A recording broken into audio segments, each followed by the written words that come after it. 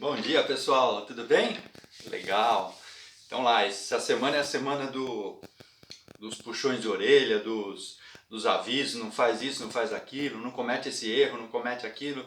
Então assim, o que a gente quer é passar realmente a nossa experiência para você de tudo aquilo que a gente já aprendeu dentro da oficina, dentro da marcenaria, para que de repente vocês pulem essas etapas e acelerem o seu tempo de aprendizagem, né? É por isso que nós estamos aqui falando, por exemplo, essa semana inteira eu estou falando aí praticamente só sobre os erros mais comuns que as pessoas cometem, né? Então, todos os vídeos que eu falei essa semana foram exatamente sobre isso. E hoje eu quero reforçar, dar mais alguns toques para vocês, mas o principal é mostrar uma coisa que é muito comum acontecer dentro das oficinas, que é uma coisa que pode pular etapas e você ganhar tempo na sua produção. Eu não diria que é um erro, mas eu diria que é vamos dizer assim, talvez uma preguiça, ou talvez falta de conhecimento, né? Talvez falta de percepção que esse processo pode acelerar muito é, a qualidade do seu projeto, o tempo que você vai levar para fazer seu projeto. Então isso é uma coisa muito importante dentro da marcenaria, né? Quando você vai fazer um projeto dentro da marcenaria, você tem algumas etapas básicas que você tem que cumprir antes de começar a fazer seu projeto, né? Você tem que saber as medidas que você vai fazer, né? Você tem que saber o que você vai fazer. E você tem que ter na sua cabeça, tudo bem, não precisa anotar, mas os processos que você vai ter que fazer para chegar naquela conclusão final. E muitas vezes esse processo passa por você criar um protótipo, né? E esse protótipo, além de ser um protótipo, ele pode ser um gabarito, né? Ele pode virar um gabarito para você, quando for realmente fazer a sua peça final, a sua peça saia com uma extrema qualidade ou você ganhe tempo, quer dizer, você produza mais rápido aquela peça porque você já tem um modelo pronto e você não vai perder tempo em analisar tudo de novo, fazer tudo de novo. Então, às vezes vale tempo você perder, às vezes vale a pena você perder, não é perder, você ficar um tempo fazendo um protótipo, fazendo um gabarito, criando uma peça dessa, usando a sua criatividade, que é o foco da nossa série, para que na hora de produzir a peça, você produza a peça com mais qualidade e você ganhe tempo nessa produção. Eu já vi muita gente que quer criar uma peça, que quer fazer algo com tudo na cabeça ali, mas não analisa o processo que precisa ser feito, o que vai ser feito, tá?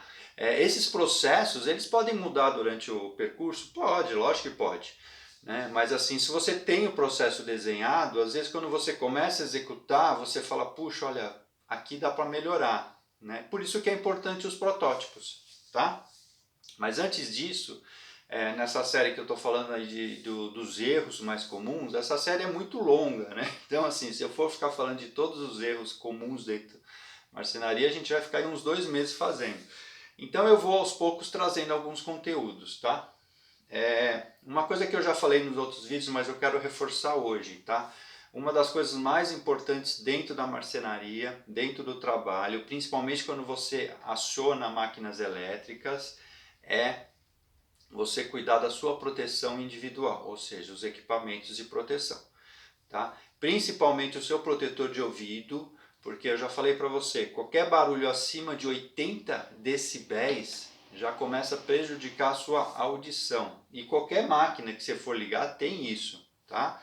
Hoje em dia, as máquinas a bateria, elas têm uma vantagem muito grande porque o ruído delas abaixou muito, né? Então assim, eu acho que é mais uma vantagem de você ter uma máquina a bateria, né? Ela é muito mais silenciosa do que a máquina elétrica. Mas precisa da proteção, nem que seja só esse pequenininho. Tem uns desses aqui que tem uma proteção bem eficiente, né? Reduzem aí 40 até 50% do nível de ruído, né? Tem uns que chegam a 80% no nível de ruído, tá? Mas o principal de todos é você proteger o seu rosto, tá? Por quê?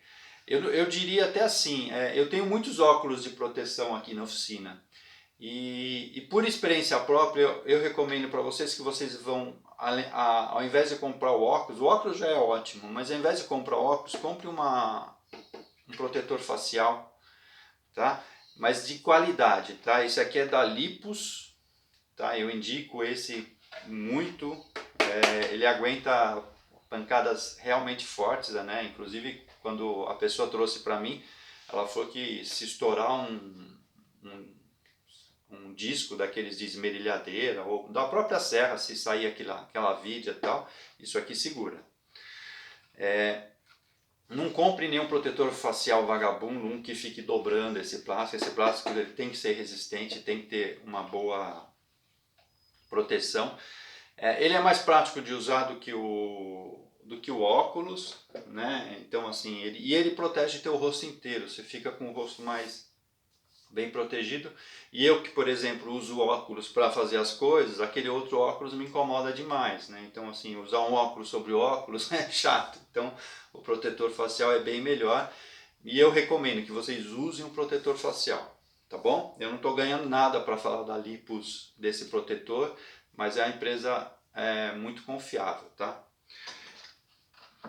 Então vamos lá, a questão dos protótipos, o que é interessante? Teve uma época que a minha esposa teve uma loja de brinquedos, brinquedos educacionais. Ela fazia alguns brinquedos bem simples, mas para estimular a criatividade das crianças, para elas brincarem ali com aquelas coisinhas pequenas, né?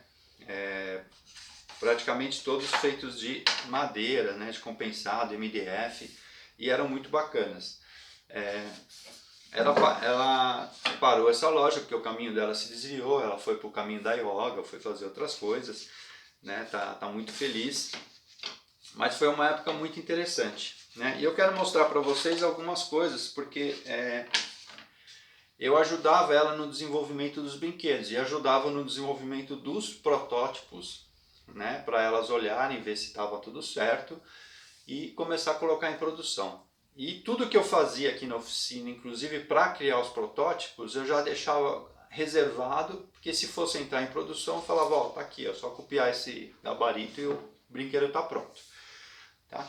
Então vou começar a mostrar. Então, por exemplo, aqui, ó, esse aqui só tem a parte de cima, falta os pés do canguru, mas esse aqui é aquele canguru que você colocava numa rampa assim e ele desce sozinho, né? Faz tac, tac, tac, tac, e vai descendo.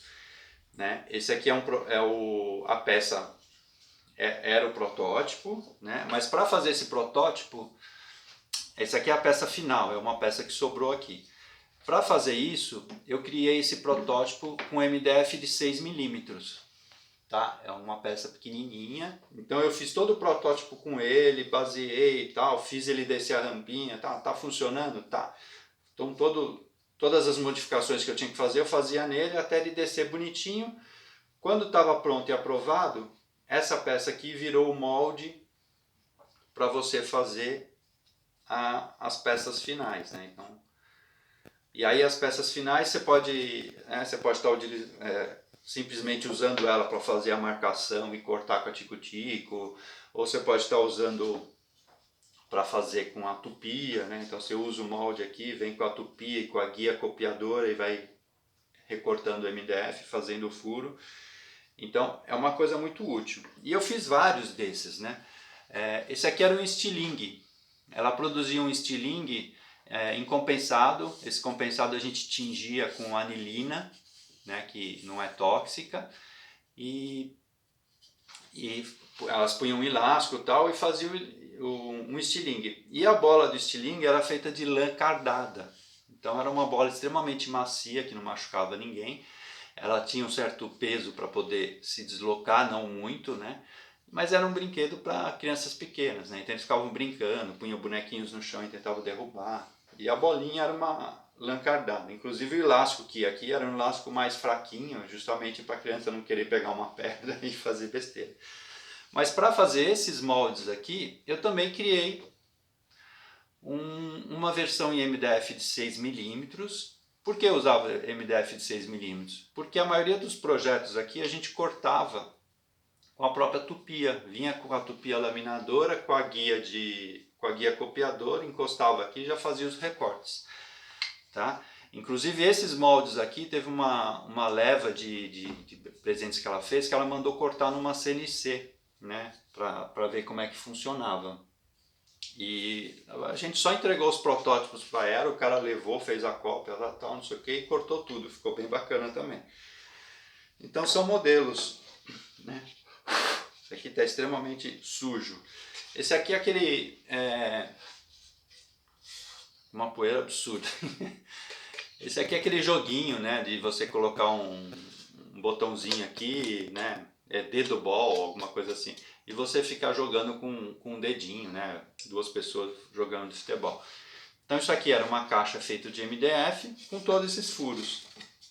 E eu tinha essa peça, que é exatamente todas as furações, né? Então você fazia o corte das peças.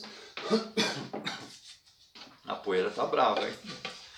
Fazia o corte das peças, encaixava isso em cima e fazia todas as furações, né? Inclusive aqui no próprio modelo, não sei se dá para vocês verem, tem a marcação do limitador de profundidade, né? Porque eu limitava a profundidade para depois colocar esses pitões aqui de prateleira.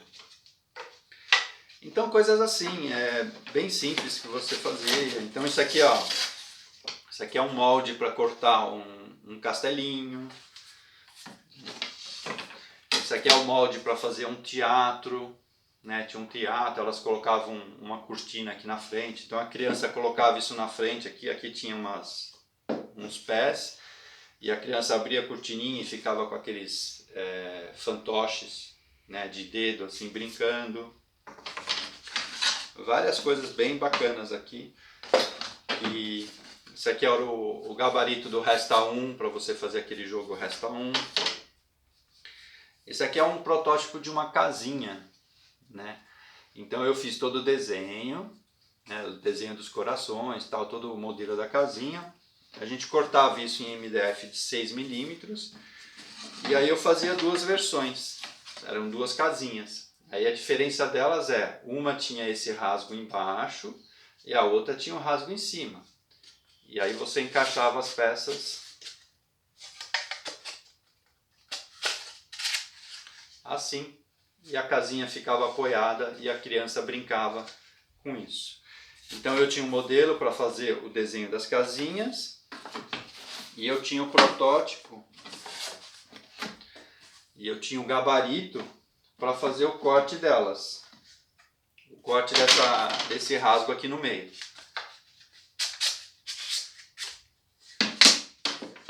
Então você tinha um protótipo para fazer o rasgo. Aí aqui atrás, ó, tá vendo? Você tinha o lugar para encaixar a casinha. Então você encaixava a peça já recortada aqui. Encaixava a peça já recortada aqui. Punha ela desse jeito na bancada, né, com a peça boa virada para baixo. E passava a tupia aqui. Eu tinha as marcações aqui, ó, né? Essa aqui é a parte de cima e essa aqui é a parte de baixo. Todas chegando até o meio. Então fazia o corte com a tupia e depois pegava outra peça e fazia no outro sentido.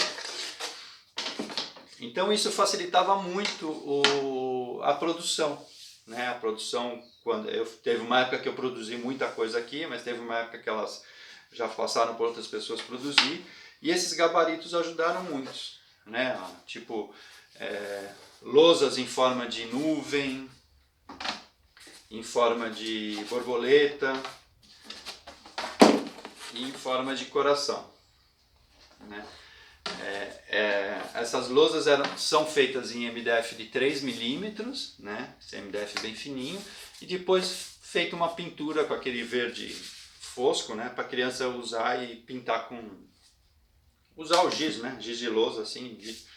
Então tinha esses tipos de brinquedos e a gente criava esses protótipos para a criançada, criava os protótipos para ser aprovado por ela e pela sócia. Ela aprovava e depois que ela aprovava entrava na produção já com os gabaritos todos prontos, né?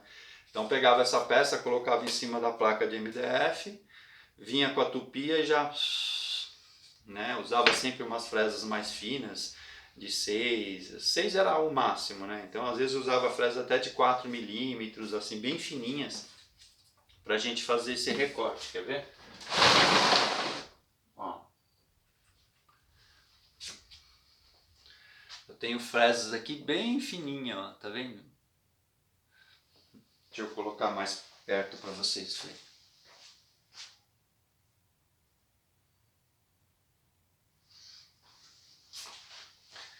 Então eu tinha fresas aqui bem pequenas, justamente para fazer esse recorte, né? Aí você vinha com a guia copiadora e fazia o recorte aqui da peça. Saía uma peça desse tamanho, né? Se você for colocar essa em cima dessa, ela tem a diferença aqui, que é justamente a guia copiadora. E aí fazia as produções. Então às vezes eu vinha para cá e ficava 2, 3 horas só cortando com a tupia, para não sei o que, saía um monte de casinha, um monte de joguinho. E aí elas levavam para os bazares delas para vender.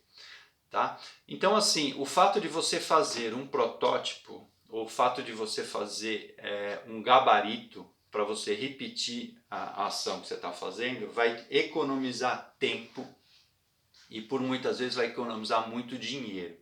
Até se você for fazer só 2 ou 3 peças. Por exemplo, vou fazer para minhas netas uma casinha dessa aqui bonitinha, tal, gostei. Vale a pena você fazer o gabarito, entendeu? E repetir as 2, 3 peças. Você vai ganhar em tempo, você vai ganhar em dinheiro, porque assim, às vezes você vai querer fazer na mão, sem um gabarito, e você vai errar mais. Né? Você vai errar, você vai perder, você fala, puxa, isso aqui ficou errado, eu vou ter que fazer outro, e aí você acaba desperdiçando material. Né? E lembre-se que além do desperdício do material, tem o desperdício do acessório. Porque quando você está usando um acessório para fazer esses cortes, você está usando a vida útil dele. Então, quanto mais você usa a vida útil dele para fazer coisas que não vão te servir, você está perdendo tempo e você está perdendo dinheiro. Tá bom? Então assim, prestem bastante atenção nessas questões, vale muito a pena vocês fazerem esses protótipos. O protótipo ele te ajuda a pensar, ele te ajuda a ver o processo de corte, o processo de manuseio, se o furo vai sair bem feito, não vai sair bem feito. Tá? E eu recomendo que esses protótipos vocês façam em MDF, ou esse de 3 milímetros, que é muito tranquilo de fazer, ou de 6 milímetros, que também é muito bacana de fazer. Tá? São materiais que não vão desgastar muito os seus acessórios, porque não tem muita resistência, e depois você ganha tempo e produção com eles. Até se você for fazer uma peça, não interessa, gente, às vezes vale muito mais a pena, né, do que você sair aí na cara e na coragem, vou fazer o corte, não sei o que, entendeu? E às vezes você não acerta isso, tá? E lembre-se que existe uma seguinte primícia dentro da marcenaria. Mesmo quando você vai fazer uma peça só, essa tua peça pode fazer sucesso. Sucesso com parentes, com amigos ou até com clientes. E pode ser que apareçam outros pedidos em relação àquela peça. Então assim, vale a pena você fazer o protótipo para você aprender o processo e para evitar erros, e quem sabe aí aparece mais pedidos, mais coisas, e você acaba produzindo muito mais fácil e com menos tempo. Tá bom? Então é isso aí, pessoal. Espero que isso ajude bastante vocês aí no processo. Lembre-se de manter sempre o foco, tá? Cuidar da sua segurança pessoal. Tá bom? E o que você